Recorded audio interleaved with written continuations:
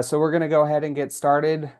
Good evening, everyone, and I want to thank everyone for joining us tonight as we discuss an important topic, cannabis social equity in the city of Daly City. My name is Kyle Tankard. I am a senior consultant and cannabis policy leader with SCI Consulting Group.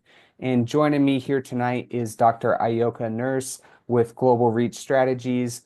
We're both very excited to educate the community about cannabis equity and to hear your thoughts on how we can develop an equity program here in Daly City.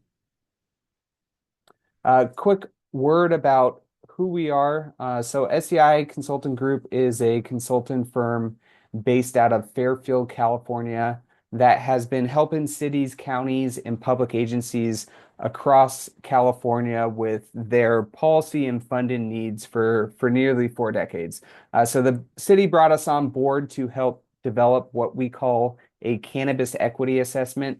But before we dive into that discussion, I'll turn it over to my colleague, Dr. Nurse, who brings a wealth of knowledge in cannabis equity as well as cannabis policy. So, Dr. Nurse, can you please introduce yourself?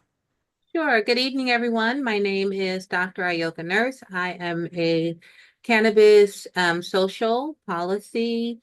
I guess I can say that I'm an expert at this point, but I look at cannabis as a social policy issue, all aspects of it, and I am just happy to be here and to be a part of this project with Daly City. Thank you, Ayuka. Okay. So we have two main goals tonight. First, we want to educate the community about cannabis equity and walk you through the assessment that we're working on. But more importantly, we want to hear from you, your ideas, your concerns, and your vision for what an equitable cannabis program could look like in Daly City. So this evening, we'll be sharing some key findings from the assessment. Following that, we'll dive into a discussion on the common barriers to enter in the cannabis industry and then explore the potential strategies to structure the city's equity program in a way that reduces or eliminates those barriers for individuals disproportionately impacted by past cannabis policies. And then finally, we'll wrap up with a Q&A session to hear your thoughts, concerns, and ideas as we all work together to shape the future of cannabis equity here in the city. Before we get into the analysis, let's take a step back and talk about what we mean when we say cannabis social equity and why it matters to this community.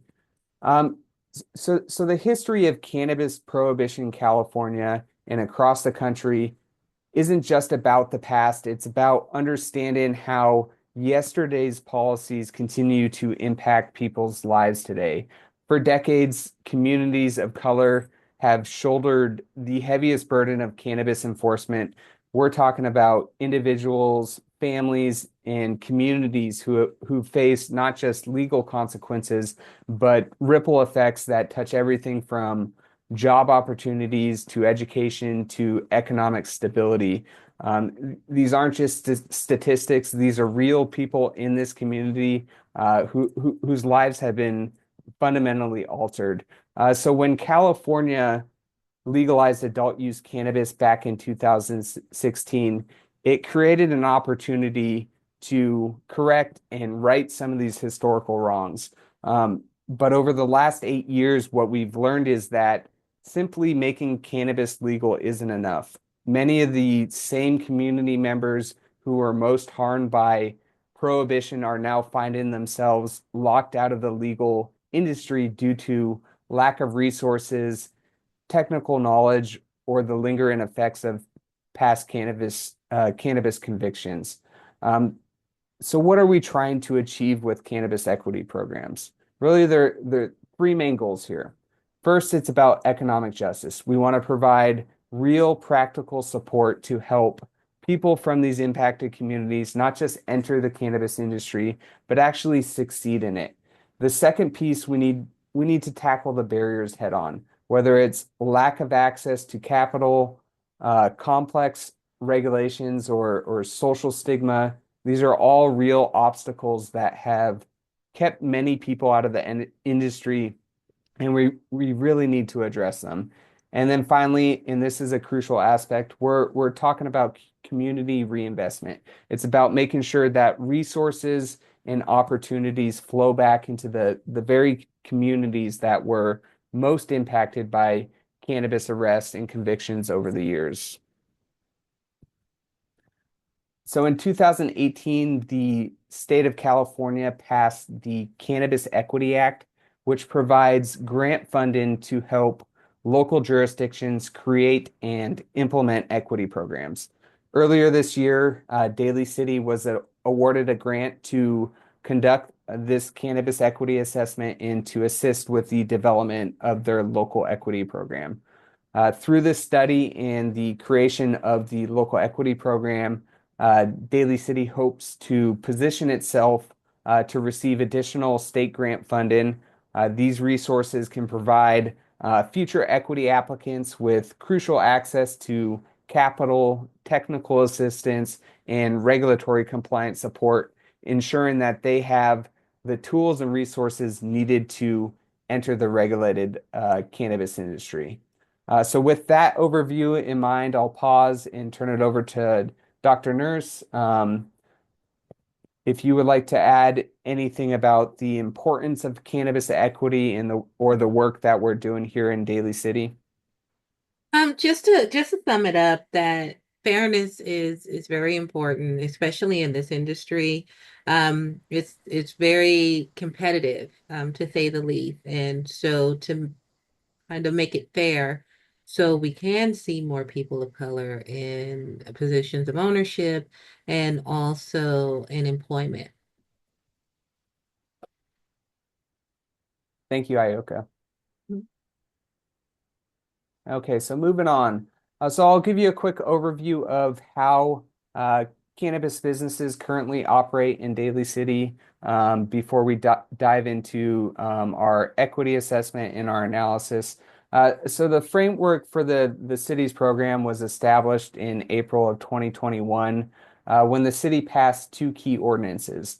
These two ordinances essentially established the basic rules for cannabis and created the specific zones in which they are allowed to operate in. Right now, Daly City allows two types of cannabis businesses. So retail storefront cannabis businesses, which are capped at seven total businesses citywide. And then the other license type is test and laboratories. So each retail store has to be located currently in one of the city's designated cannabis zones. So only one retail in each of those seven zones. And then to award those licenses and permits, the city conducts an annual lottery to award those licenses. As of today, the city has uh, two retail locations up and running. A few additional permits have been awarded, but there are still permits that are still to be issued. The city did not conduct their lottery process to award those remaining permits this year to hold off until the city formally adopts this equity program. So really understanding the current structure of the city's program is important because it helps us see how this new equity program not only can fit into this existing framework, but what changes are needed so that this program is successful. So I'll walk you through how we're going about creating Daly City's cannabis equity program. So we've broken it down into four main steps, which I'll explain. So first, we always start with outreach and education. So this is exactly what we're doing here tonight. We hosted our first in-person meeting back in October. So we need to hear from you, the community, in order to understand your perspectives, concerns, and needs. Second, we conduct what we call the cannabis equity assessment. Think of this as our research and analysis phase where we dig deep into the data and community input to really understand what's needed here in Daly City.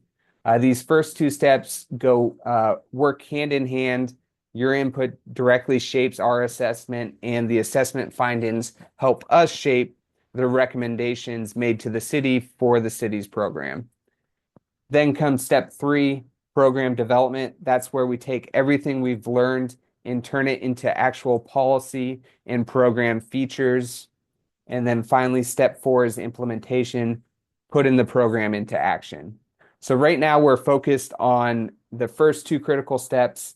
The insights we gather here will help us design a program that works for Daly City. So now that we've outlined the overall development process, let me tell you where we are right now with in our outreach efforts and how you can get involved. So we several months ago we started with a online survey that's helping us understand the community's thoughts about cannabis equity. Good news, if you haven't taken that survey yet, there's still time. So we really want to hear from as many community members as possible. And then tonight's meeting is our next big step. As I mentioned before, we held an in-person meeting.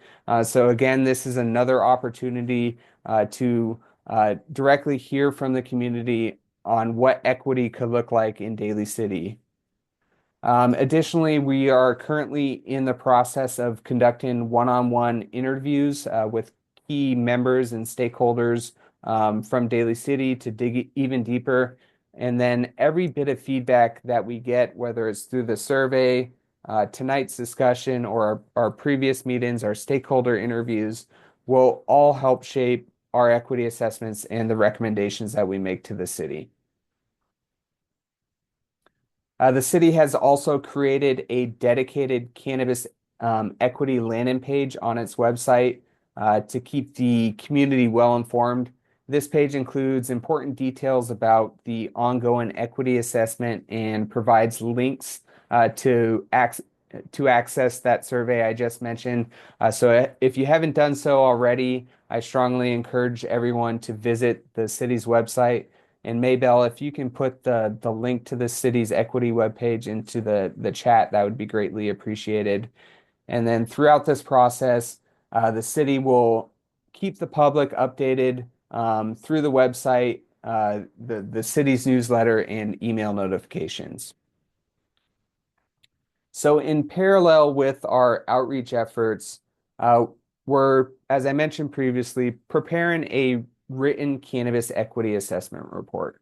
The primary goal of this assessment is to examine the historical impact of cannabis-related policies and enforcement on communities within Daly City. So by analyzing police records, demographic data, and other relevant factors, the assessment aims to identify which communities have been disproportionately impacted and uncover the most significant barriers that they face in accessing the legal cannabis industry. The findings from this assessment, as I mentioned, help shape our recommendations.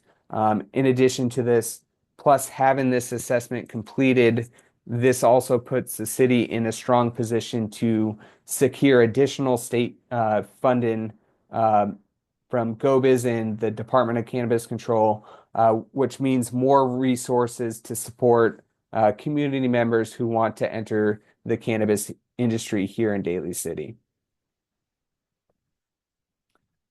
So let's take a look at the preliminary findings from the equity assessment.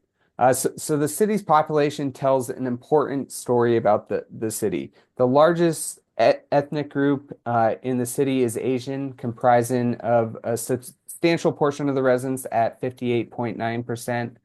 Hispanic or Latino residents account for roughly 21% of the population, and then around 17.7% of the population is white, and then African Americans make up about 3% of the city's population. So really understanding the city's demographic makeup is crucial because it helps us identify any gaps between who lives here and who has been impacted by cannabis enforcement, which I'll share with you in just a moment. So next, I will share what we found when we looked at cannabis arrests in Daly City over the past 15 years from 2009 through 2024. So in total, we documented 200 cannabis-related arrests during this period. But what's really interesting is how these numbers have kind of fluctuated and changed over time. The peak year was in 2014 when we saw 29 arrests. And then you'll notice after Proposition 64 in 2016 was passed by California voters, which legalized recreational cannabis use, we've noticed this downward trend in cannabis arrests, and that can be attributed to the legalization of recreational cannabis and decriminalization. So it's a combination between statewide broader shifts in California as well as changes in local policy and enforcement practices related to cannabis. Now, this next part of our findings is particularly important as it reveals some stark disparities in how cannabis enforcement affected different communities in Daly City. So when we compared arrest rates to the city's demographics, we found some troubling patterns. While Black residents make up 3% of the city's population, they accounted for 17% of all cannabis-related arrests. So let that sink in. That's nearly 6 times higher than their representation in this community. Hispanic and Latino residents also experienced disproportionate enforcement, being arrested at about 2 times their population rate. Other demographic groups in the city were arrested at rates more comparable to their population size. And really, these numbers tell us something crucial. The negative impacts of cannabis enforcement were not felt equally across this community. And this is exactly why we're here tonight, because understanding these disparities is essential to creating an equity program that actually addresses these historical inequities and creates meaningful opportunities for those most impacted. So next, I'll explain how we aim to identify which communities in Daly City have been most impacted by cannabis enforcement. So we're looking at 3 key factors here that research shows are closely connected to cannabis criminalization, but criminalization in general. So first, we looked at communities of color, since they have historically experienced higher rates of cannabis-related arrests, harsher penalties, despite similar usage rates across racial and ethnic groups. Second, we examine income levels because historically low-income areas have faced higher rates of enforcement. And then third, we considered education levels. Populations with lower educational attainment levels often face fewer economic opportunities and are more vulnerable to the long-term impacts of cannabis-related arrests. By mapping these factors against our arrest data, so the locations of where these arrests occurred, we can hopefully identify areas where residents may have experienced disproportionate harm. So these next series of slides are maps that we produce. So this first map I'm showing you shows the people of color populations within Daly City. So you'll by census tract. So you'll notice that majority of Daly City census tracts fall within 75 to 100% of the populations being people of color. The green dots on the map represent the locations of cannabis arrests. So, first look, it seems that the arrests are fairly distributed, but you'll notice, kind of concentrations of arrests higher concentrations of arrests along Boulevard, I'm sorry, Mission Street and John Daly Boulevard along those corridors. And then the next map here shows the low-income populations cities. So this is the percentage of low-income households in each census tract. So citywide, there's relatively low levels of low-income households. You'll notice a few census tracts up north and kind of in central Daly City that fall within that 25% to 50% range of low-income households, but majority of the census tracts fall between zero and having 0 to 25% low-income households. And then next we have educational attainment levels. So similar to low income, educate, education attainment levels are high in the city. There's only a handful of census tracts that fall within that 25 to 50% range. So we're going to continue to analyze this data, bring everything into spreadsheets to identify any correlation between these three factors and where the cannabis arrests are occurring in the city.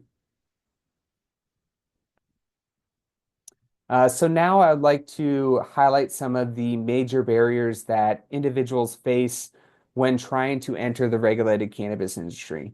So we've identified five main types of barriers, and really understanding these barriers are crucial for building an effective equity program.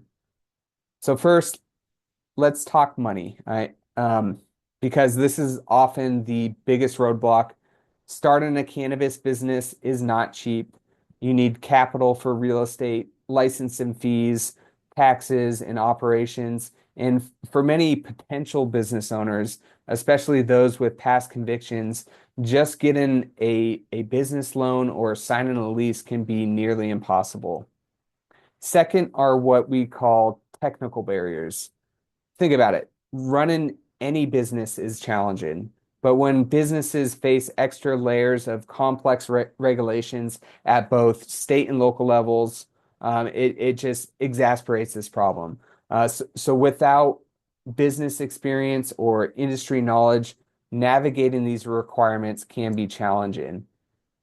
Third are criminal barriers, past cannabis convictions, which we know disproportionately have affected communities of color, continue to impact people today.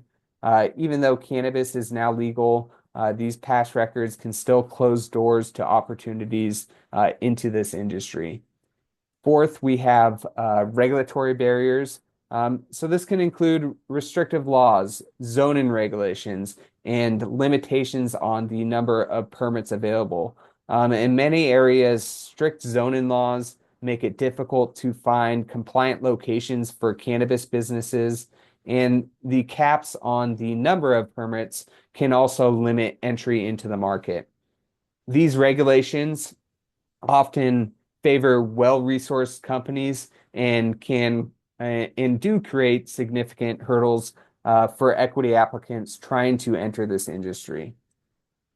And then finally, there's something less visible but just as real, social barriers. So many community members, especially those who faced aggressive enforcement in the past, understandably have a deep mistrust in government and in government programs. So we need to acknowledge this history and actively work to rebuild this trust if we want an equity program to succeed here in Daly City. So, Dr. Nurse, any thoughts or insights on these barriers and how we can work together to address these? Yes, sure. So these barriers are at the forefront, and we see that across the board, not just in Daly City, but in other areas with similar demographics. So, how to attack those is basically addressing them, figuring out what resources the city and the community has to kind of address these issues, as Kyle was showing, and the results of the initial assessment and the demographics of Daly City, the criminal rate and at the rate Black Americans are being arrested versus their population kind of gives you an insight into how that can impede not only entering into the cannabis industry, but being able to address some of those financial and technical barriers. So it all ties hand in hand, and that's the importance of the assessment and being able to identify these barriers. Because once we're able to identify them, we can then start taking the necessary steps to address them and hopefully at some point develop successful ways to address them and implement change. And that segues perfectly into our next topic. Um, what can the city do to help break down those barriers that Ayoka and I just talked about? So first up, financial assistance. So this will be crucial to help inequity applicants succeed. So there's a variety of options here. Loan or grant programs offer ways to provide financial support. So providing low interest loans or even zero interest loans to help cover startup costs, licensing fees, and other big expenses that can often block equity applicants from getting started. And then as these loans are repaid, the funds can be reinvested back into the program. For even more kind of direct support, grant programs can offer non-repayable funds to help individuals from these impacted communities establish and sustain their cannabis businesses.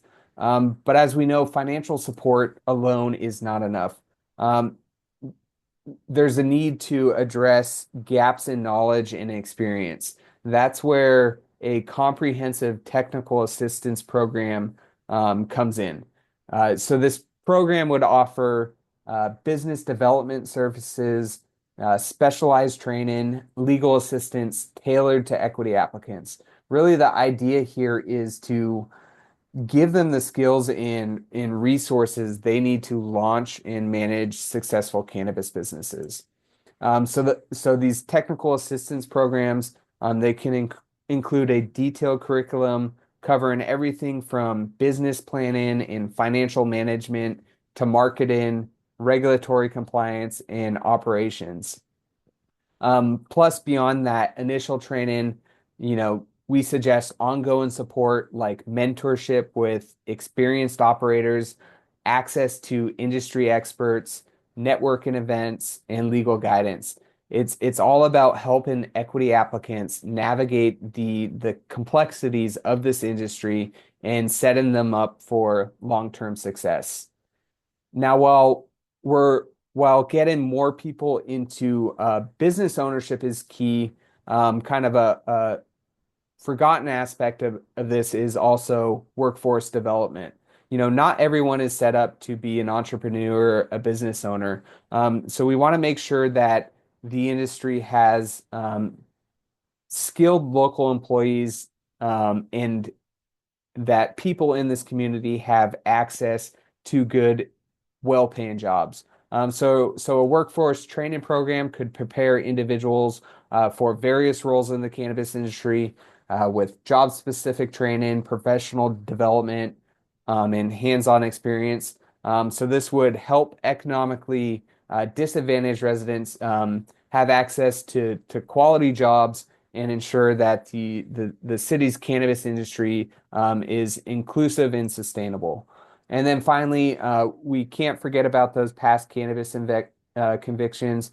So we're looking at ways to address this through local record expungement programs paired with ongoing community outreach and education. Uh, Dr. Nurse, any additional thoughts on potential program services or benefits? No, you touched all of them for now. Okay, perfect. Thank you. So next we'll talk about one of the most important pieces of the most important piece of this program. deciding who qualifies for these equity benefits. Um, this isn't about checking boxes. It's making sure that the program reaches the people who it's intended for and who need it most. So we really have to get this right. If we make the requirements too strict, we might miss people who truly deserve support. Too loose, we risk helping those who don't really need it, taking those resources from those that do.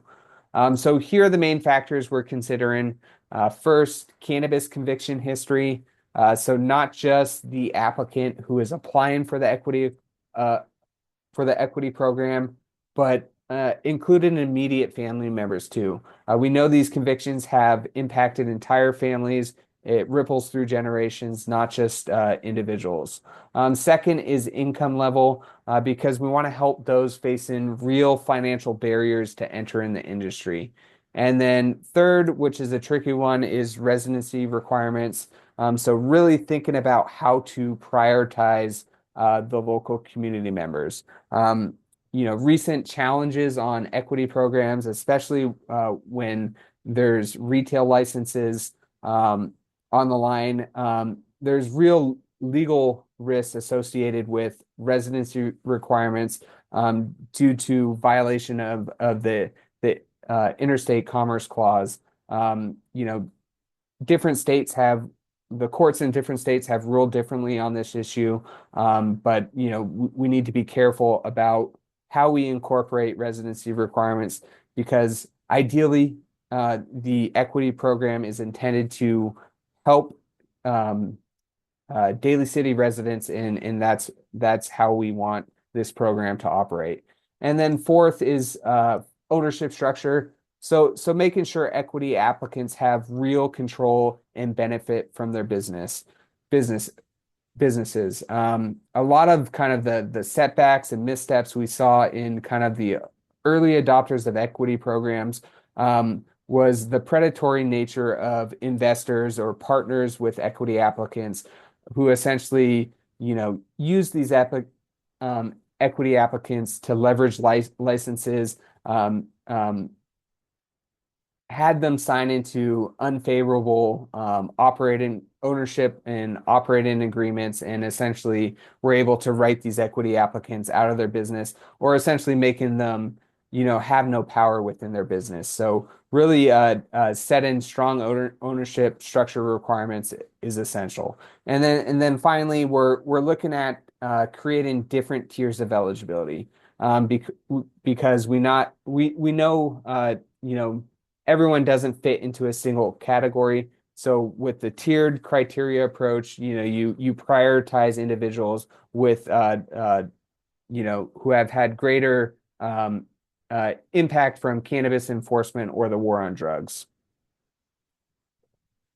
So in conclusion, before we open the floor for public discussion, I'll share our upcoming next steps.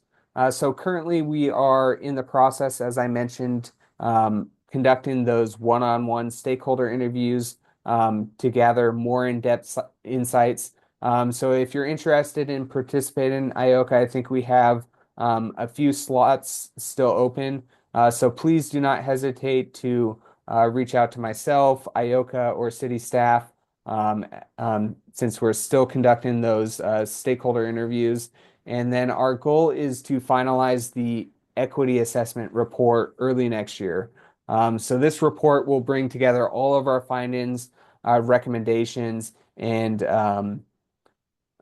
valuable input that we've gathered throughout this process. And then from there, we will start to develop the structure and the framework of the city's equity program.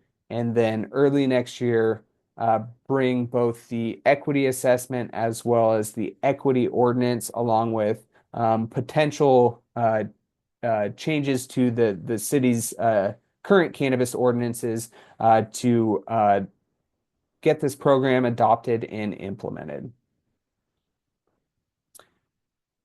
So now comes the most important part of tonight's meeting, hearing from you, the community. So tonight we want to hear, your experiences. Will help answer any questions that you may have, or take in any ideas that you think are crucial in shaping the city's cannabis equity program. So if you'd like to speak, you can click on the hand icon at the bottom of your screen to raise your hand.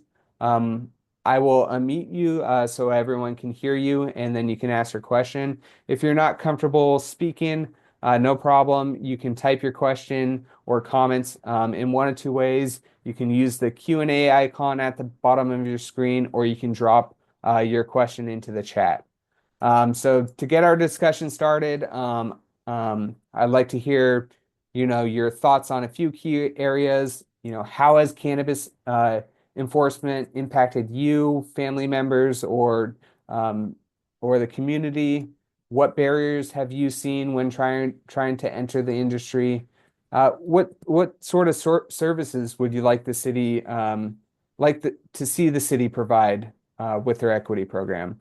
Are there additional eligibility criteria that we did not cover today that you think should be included? And then kind of a more general question on the policy side, what would you like to see changed in the city's cannabis ordinance? Is this more permits, more activity types, zoning changes, etc.? Um, so the floor is yours, everyone. Who wants to get us started?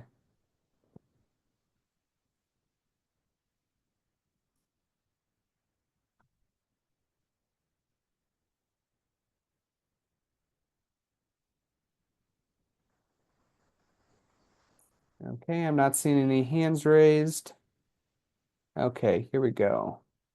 Theodore, I'm going to allow you to talk. Hello, can you hear me? We can, yes. All right.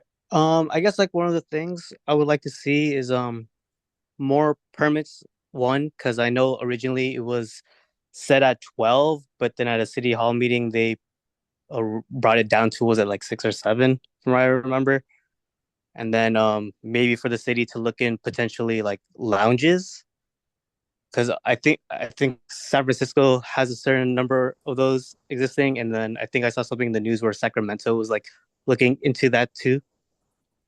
Yes, they are, yeah. And I would like the Daly City to as well to look into those type of things. In terms of programs of benefit and services, I would like some of like the taxes from cannabis to go towards like affordable housing. I don't know, things in terms of education, like I guess those types of things like within the city. Okay, Uh, perfect. all right, thank you. Thank you so much.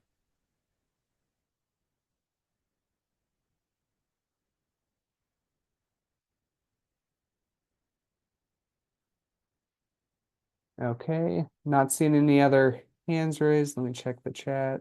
Nothing there. So we'll wait a few more minutes to see if any questions pop up. But like I said, um, we're still in the process of doing our stakeholder interviews. So if that's something you're interested in, please reach out to us, um, and we'll get you scheduled for those interviews. So I am not seeing any additional questions. So I think we'll go ahead and conclude our meeting tonight. Again, I want to thank everyone for joining us tonight. I know it takes a lot to take time out of your evening. So we appreciate it. We appreciate the feedback that we got. And if you have any questions along the way, here's our contact information. So please reach out to us. Feel free to send us an email if any additional questions come up as we navigate through this process. So thanks again, everyone, and I wish everyone a good night. Thank you. Good night.